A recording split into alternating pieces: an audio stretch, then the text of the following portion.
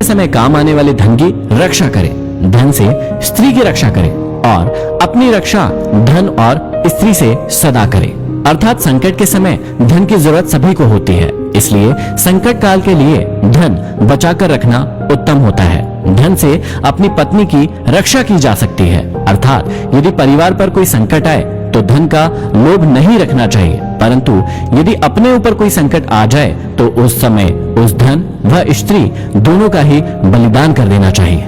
आगे श्री चाणक्य कहते हैं कि आपत्ति से बचने के लिए धन की रक्षा करें, क्योंकि पता नहीं कब आपदा आ जाए और लक्ष्मी तो चंचल है। संचय किया गया धन कभी भी नष्ट हो सकता है। श्री चाणक्य कहते हैं कि जिस देश में सम्मान नहीं, आजीविका के साधन नहीं, बंधु बांधव अर्थात परिवार नहीं और विद्या प्राप्त करने के साधन नहीं, वहां हमें कभी भी नहीं रहना चाहिए।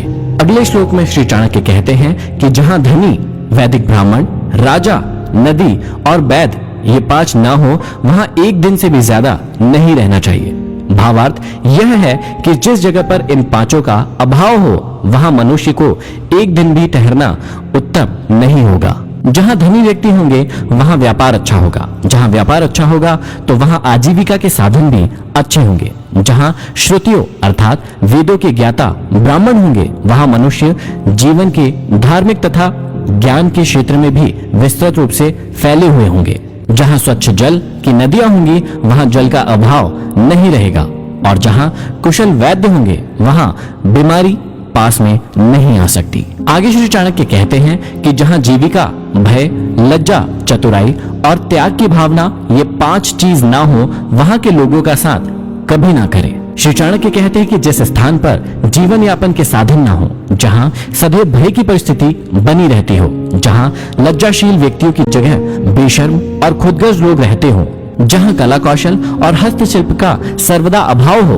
और जहां के लोगों के मन में जरा भी त्याग और परोपकार की भावनाएं ना हो, वहां के लोगों के साथ ना तो रहे और ना ही उनसे कोई व्यवहार रखे। श्री चाणक्य कहते हैं कि नौकरों को बाहर भेजने पर, भाई बंधुओं को संकट के समय तथा दोस्तों को विपरीत परिस्थितियों में और अपने स्त्री को धन के नष्ट हो जाने पर परखना चाहिए, अर्थात उनकी परीक्षा लेनी चाहिए। चाणक्य ने समय समय पर अपने सेवकों, भाई बंधुओं, मित्रों और अपनी स्त्री की परीक्षा लेने की बात कही है। समय आने पर ये लोग आपका किस प्रकार साथ देते हैं या देंगे, इसकी जांच उनके कार्यों से ही होती है। वास्तव में संसार में मनुष्य का संपर्क अपने सेवकों, मित्रों और अपने निकट रहने वाली अपनी पत्नी से होता है। यदि ये लोग छल करने लगे तो जीवन दुभर हो जाता है।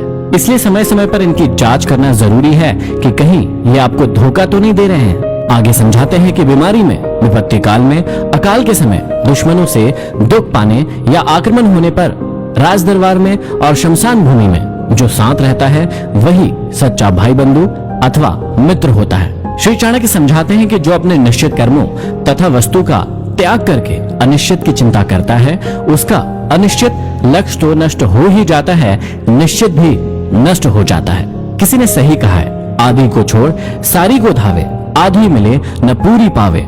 जो व्यक्ति अपने निश्चित लक्ष्य से भटक जाता है, उसका कोई भी लक्ष्य पूरा नहीं हो पाता है। अर्थात भाव यही है कि आदमी को उन्हीं कार्यों में अपने हाथ डालना चाहिए जिन्हें वह पूरा करने की सामर्थ्य रखता हो। आगे श्री चाणक्य कहते हैं कि बुद्धिमान इंसान को अच्छे कुल में जन्म लेने वाली कुरूप कन्या से भी विवाह कर लेना चाहिए, परंतु अच्छे रूप वाली नीच कुल की कन्या से विवाह नहीं करना चाहिए, क्योंकि विवाह संबंध समान कुल में ही श्रेष्ठ होता है। लंबे नाखून वाले हिंसक पशु, नदियों, बड़े बड़े सींग वाले पशु, शस्त्रधारियों, स्त्रियों और राज परिवारों का कभी भी विश्वास नहीं करना चाहिए।